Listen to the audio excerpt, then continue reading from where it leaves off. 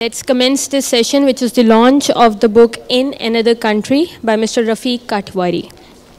The moderator for this session is Salman Tariq Qureshi. Mr. Salman Tariq Qureshi is an English language poet and newspaper columnist. His poems and short stories have appeared in various international and local periodicals. An anthology of his poems, Landscape of Mind, was one of the titles in Oxford University Press Jubilee series on Pakistan's 50th anniversary. As a newspaper feature writer, he has been writing regularly on socio-political issues and the evolution of the state in Pakistan. He has been a career business executive and management consultant. He is also an editorial consultant at Oxford University Press, Pakistan. His wife is an artist and a teacher of fine arts. Thank you, sir.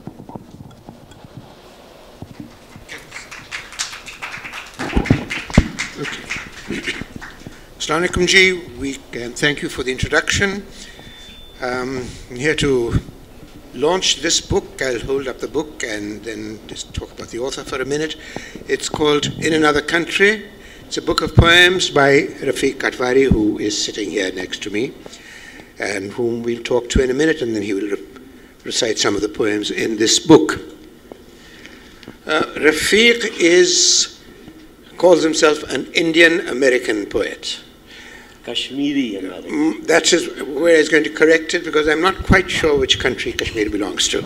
I wouldn't like to bet on that one. That's part of being in another country. But it's another country. Anyhow. Rafiq was born in Srinagar, and Rafiq was born in Srinagar, and he migrated with his family, I think initially to Pakistan, perhaps at some point, and then to America. He has been educated in New York, has been to Columbia, and lived in New York for a long time, and now lives in Ireland, or till recently was living in Ireland, in County Ballynunan, or the town of Ballynunan in County Louth. He commutes, as he says, between Ireland, New York, and Delhi, right? That's right. That's quite an extensive commute. However, he is the recipient of the Kavanagh Award for this book, and he's been writing poetry most of his life. He tells me that his major influences are the Romantic poets, of course, and he is very much a landscape poet of the scene, but amongst other subjects which we'll talk about in a minute. He says that apart from the Romantics, his favorite poets include T.S. Eliot, who happens to be my favorite poet also, and Allen Ginsberg, another personal favorite of mine. However, moving on, he is also a photographer and has exhibited his photographs. Do you want to say anything more in the introduction, Rafiq, or would you like me to? He's been married is a couple of times, I believe. Me? Yes. Married? Yes. No. Never? Just once. Just once, okay. Sorry. That was enough. But it's not at the moment encumbered. And having said that, oh yes, he is one of 6 children of his parents. Rafiq's mother is alive, and we're going to talk about her in a minute, because she's the subject of a number of his poems. Rafiq's mother suffered the misfortune of mental illness, specifically schizophrenia. And a number of the poems in this book do refer to his mother's condition. Therefore, I mention it. Otherwise, one would not be so indelicate as to do that. And we will talk about that in a minute. And this is where I'd like to come to Rafiq. Rafiq, would you like to tell us something about your own, it's Srinagar, it's New York, it's Ireland, and it's Delhi, and a lot else in between. Would you like to talk about that a bit, and then tell us something about your poems? I'd like to talk about a lot of things, but first of all, thank you so much for being here. I was expecting 5 people to show up. That's what happens at poetry readings. So this is beyond my expectations. And since I am the first one inaugurating a book launch in room 007, I want to leave good vibes for what is to follow, the good, the bad, and the good, the better, and the best. We're part of a visual culture. We see a movie, good, bad, ugly, and that becomes part of our lingo. I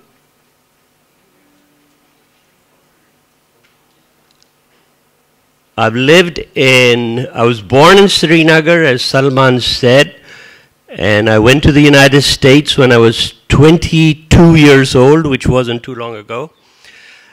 And I worked and I studied in the United States for the next 40 years. And then my marriage took me to Ireland, where I had time enough and fulfilled the requirements for submitting poems to so many contests in Ireland. And what happened next was that I won the Patrick Kavanagh Poetry Award.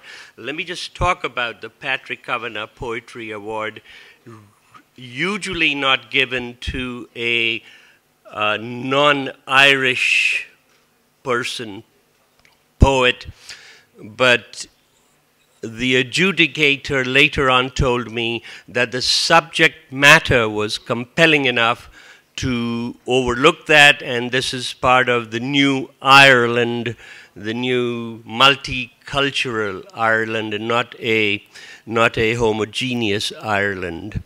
So that was pretty good anyway. And that is why you are here. What sets this book apart a bit from the other great poetry books is that it confronts head-on a taboo in most cultures about schizophrenia, with which my mother, as Salman pointed out, was inflicted when I was a kid, a lad growing up in Kashmir. So about 2/3 of the book is about schizophrenia as a subject, which isn't easy to do in poetry. And the other 1/3 of the book deals with my own coming of age. There are other things I'm involved in. One is that I have translated from the original Urdu selected poems of Iqbal while I was studying at Columbia. That happened as an accident and became a wonderful, challenging project. And that's already set to go. I'm just looking for somebody to show a little bit of mercy. The third project, in addition to the poems that I keep writing, is my father's journal. I was talking to Salman about them over lunch. He wrote journals from the day he entered Aligarh University in 1930s. He wrote, did I say poems? He wrote journals.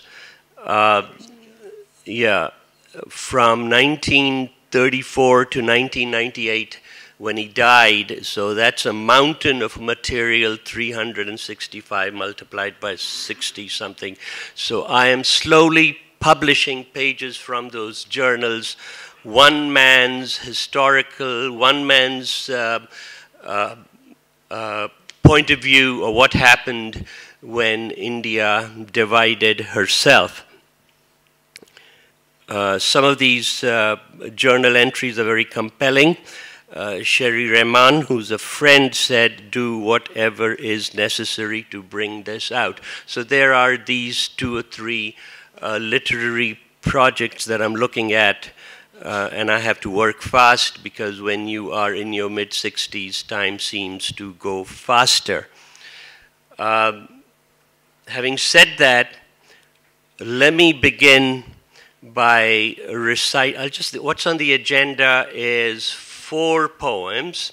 short ones, given the constraints of time limits over here, and I'll try to make it worth your while being here. The first poem was a challenge to see how much emotion can you compress in one line.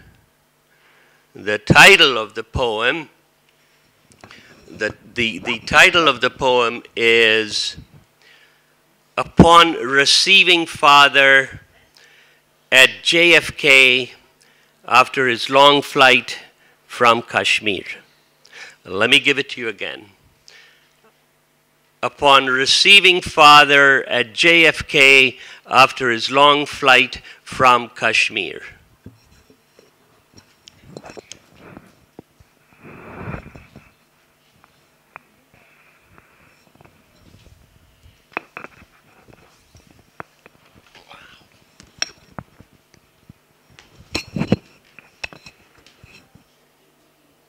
As I fling my arms wide, he extends his hand.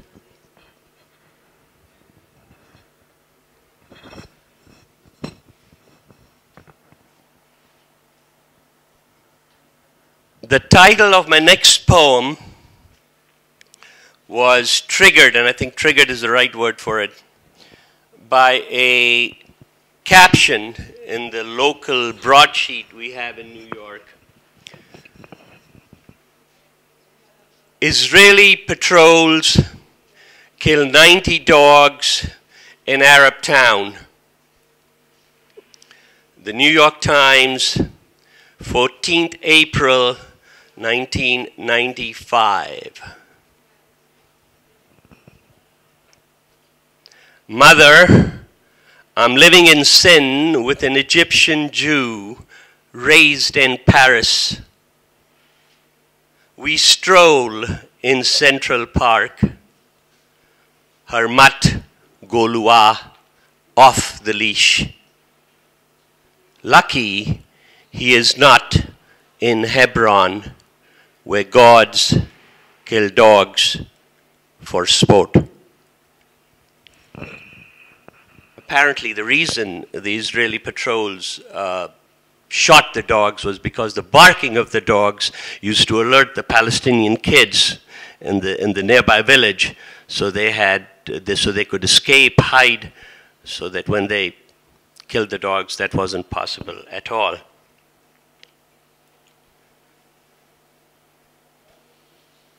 The next poem on the agenda is really a tribute to Patrick Kavanagh. Patrick Kavanagh is as important a poet in Ireland as Yeats is. Yeats was an elitist. Yeats' father's paintings are hung in the National Gallery in Dublin, while Kavanagh was a man of the soil, lived in rural Ireland. He was mostly a self-taught poet. But he died in 1972, I think, and he left a very strong body of work. In fact, the Nobel laureate Seamus Heaney has said that he was deeply influenced by Kavanagh. So I urge you, if you find selected poems of Patrick Kavanagh, and a picture of him on the cover, go get it and you'll see what I mean. He was very democratic, not elitist. In many ways, he has, even though he grew up in the rural Ireland, he had a European vision for Ireland. He was way ahead of his time. So this tribute to him is adapted from a short story by Nasruddin. Nasruddin wrote political satire and is believed to have lived in the 14th century in what is today Turkey. His stories are short but loaded with a punch. I think we need political satire here more than any time.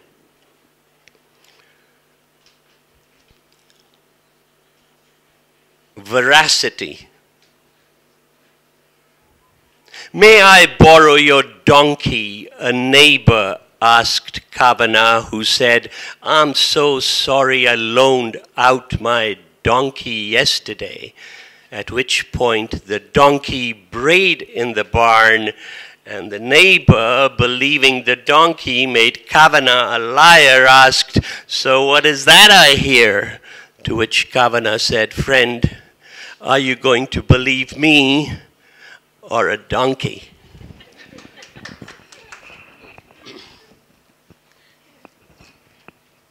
Give me a moment. We're doing very well on time there. Yeah? Because I don't want to take the other person's time. You come all the way from New York and they give you 15 minutes of fame. Well, that's all that. That's all that the artist allowed you. And you Exactly, and it's getting shorter and shorter and shorter because we live in the age of the internet. And my friend Siri at Columbia University said the most invaluable commodity in the age of the internet is attention. Nobody has any attention. It's like this all the time. Anyway, I'm on the last poem, for which I'll have to actually sit down, and it's called Hallucinations. And for that I need a help of an audience. Can I borrow your laptop for a minute? Make it smell nice. I'm sure it smells pretty good anyway. This is okay. These are words, these are lines that, can you hear me? Is it okay? Yeah? These are lines that my mother said to me when I flew from New York to Kashmir to fly her to the United States after my father died, because we felt it inappropriate to have her stay with my father's second wife under the same roof in the ancestral house which my father had gifted to the new wife. And the whole notion of two wives living under the same roof is alien to many Western cultures, unless you happen to be living in Utah. But in South Asia, in the Middle East, it happens even in liberal, progressive Kashmiri families such as mine. So I'll try to see what I can do here.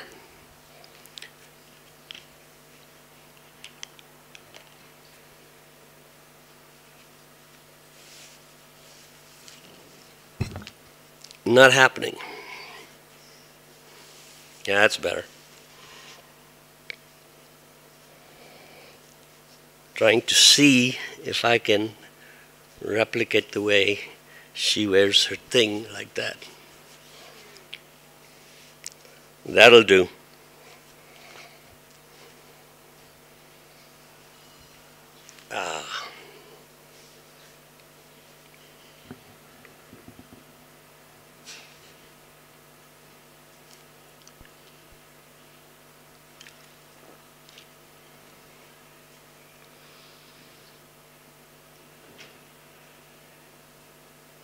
It's hallucinations, it's in her own voice. The servants never listen to me. Only when the new wife nods do they run around like rats to fetch the thermos.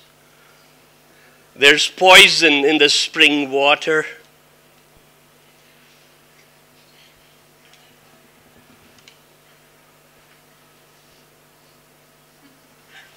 Chanel, a present from my son Farouk in America.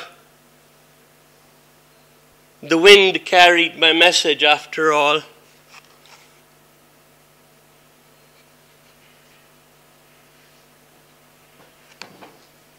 There are thieves under my bed.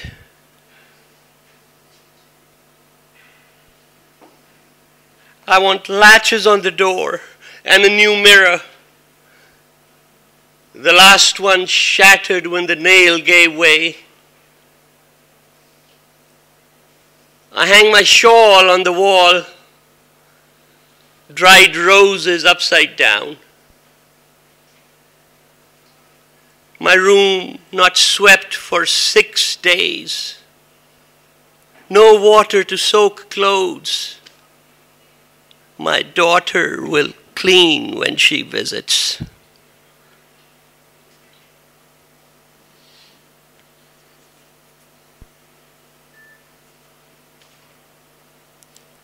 The door is bolted from the outside. If the house catches fire, who will open it? Will I burn alive?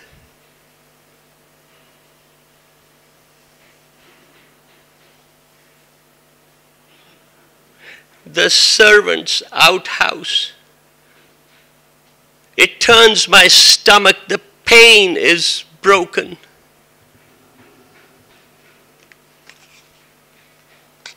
I'm going to spray some Chanel to make this room better smelling.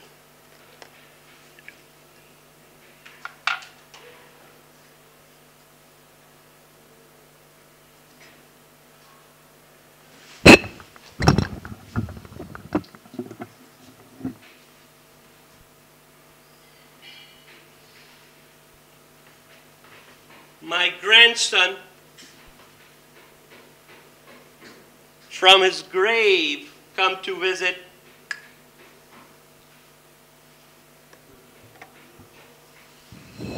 He's with his great-grandfather.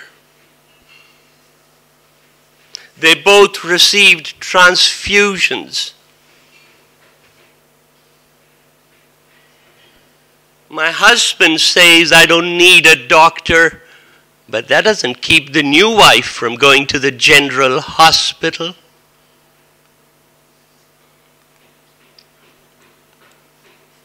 I am still the head of this home. I am still the head of this home. Oh, wind, tell my son in America, the dollars he sends, the new wife misspends. Tell him I need a car to buy roses at Shalimar. My husband has lost interest in roses. For years he's been saying, Mariam is mad, mad. Is there anything the matter with me? My sky is vaster than my mind. My son builds homes for me in America, views of river and rolling hills where the Maharaja of Kashmir exhales. I have no water, no water. The servant washing dishes keeps it from reaching me. Everyone has cancer. It's no big deal. Even the midwives have cancer.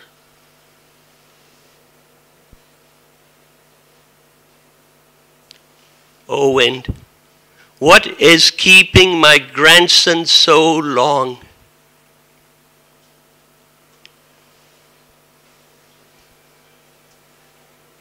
Oh, look. Dead mosquitoes in my denture bowl. Thank you very much.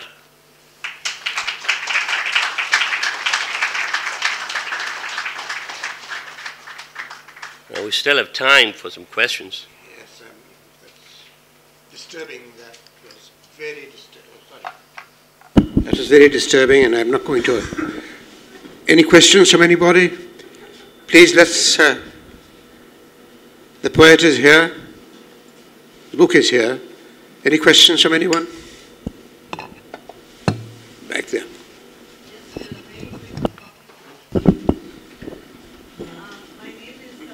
Mike. Mandiza Nakvi, hello, how are you? How are you? thank you for being here. My pleasure. My father and I are here, and I just wanted to say that that really took me by surprise, and that was pure genius. This last poem that you read, really, I must say that it was very moving and very powerful, Rafiq. Maniza, there's more of it in the book. And they're about, as I said, 2/3 of the book is about it's my mother's voice. She was here in Pakistan in the 1950s, and one of the things she did was she wrote letters to the prime ministers, the ambassadors, about all sorts of things, but mostly about Kashmir, and she got responses. So there are about 10 or 12 epistolary poems you might like, but you don't. Thank you. We have another question there, just in front of Maniza Naqvi. Right, the mic over there. Where? Right there? Right here, right here. Yeah. Where's the mic? Right here, this gentleman right here. Okay, no. No? I guess not. Anyone else? Anyone else? Because I think we're in our last. We have 5 minutes. You know how much time 5 minutes is? Huge. Why don't you read us another poem? Read you another poem? I'll be delighted to.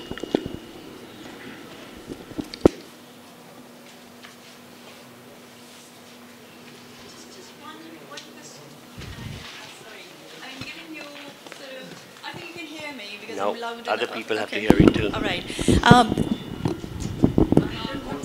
Go on. Given your, this kind of a local or transnational exposure and your identity, if I would say, again, this sense of belongingness there in Kashmir is very strong. How would you comment on that? I mean, especially it was very, very evident from the last poem that you have read, the hallucination based on your mother's hallucinations. So how would you comment on that? How do you perceive this concept of belongingness? Where do you belong, actually? Or you belong nowhere at all? Or you belong everywhere? I think that somebody made a reference to that this afternoon, that you could be, the whole point of in another country is not just a geographic point, it is a mental, intellectual point also. Where do I belong? I am first, myself, I'm first a Kashmiri, then an American citizen. I'm also a resident of Ireland, and I'm also a overseas citizen of India by compulsion, because if you've ever been through the visa regimes between these two countries, you will understand so in many ways, I'm lucky because there are hundreds of millions of Syrian refugees who have a roof over their head. There's a question from somewhere here, right here. So what about your attachment with Pakistan? Excuse me? Your attachment with Pakistan? My attachment with Pakistan is that you were born in Kashmir, which is most likely the part of Kashmir which is currently in India. Kashmir Valley, yes. Okay. Then you went to America, you have... The first 10 years of my life were spent in Pakistan. My family was one of the millions of families who were refugees. So that's one attachment, and my parental attachments here. My mother and father, our schooling was here, and my father was not allowed to go back to Kashmir, so he joined the government here, and he was a diplomat and all that kind of stuff. And my mother first experienced these voices here in Pakistan during the regime of General Ayub, when the wonder treatment that was available was ECT. So there is a very solid connection with Pakistan. And even if I didn't have any connection with Pakistan, we have poems, we are talking poems are universal, and states are very afraid of poets. Anyway. I think our time is up, and the subsequent inhabitants of this hall, but some of the others will stay here, are impatient to come up and take these seats. Thank you, everyone, for coming. Thank you, Rafiq. Thank you so much. Thank you so much. Buy the book. Please it's encourage. available at Liberty Please Books out there encourage at a huge discount. And I'll be glad to sign it for you. And those of you who buy it, I'll even spray it with the most classic champagne. Not 5, it's Mademoiselle, the first one. All right? Thank you so much.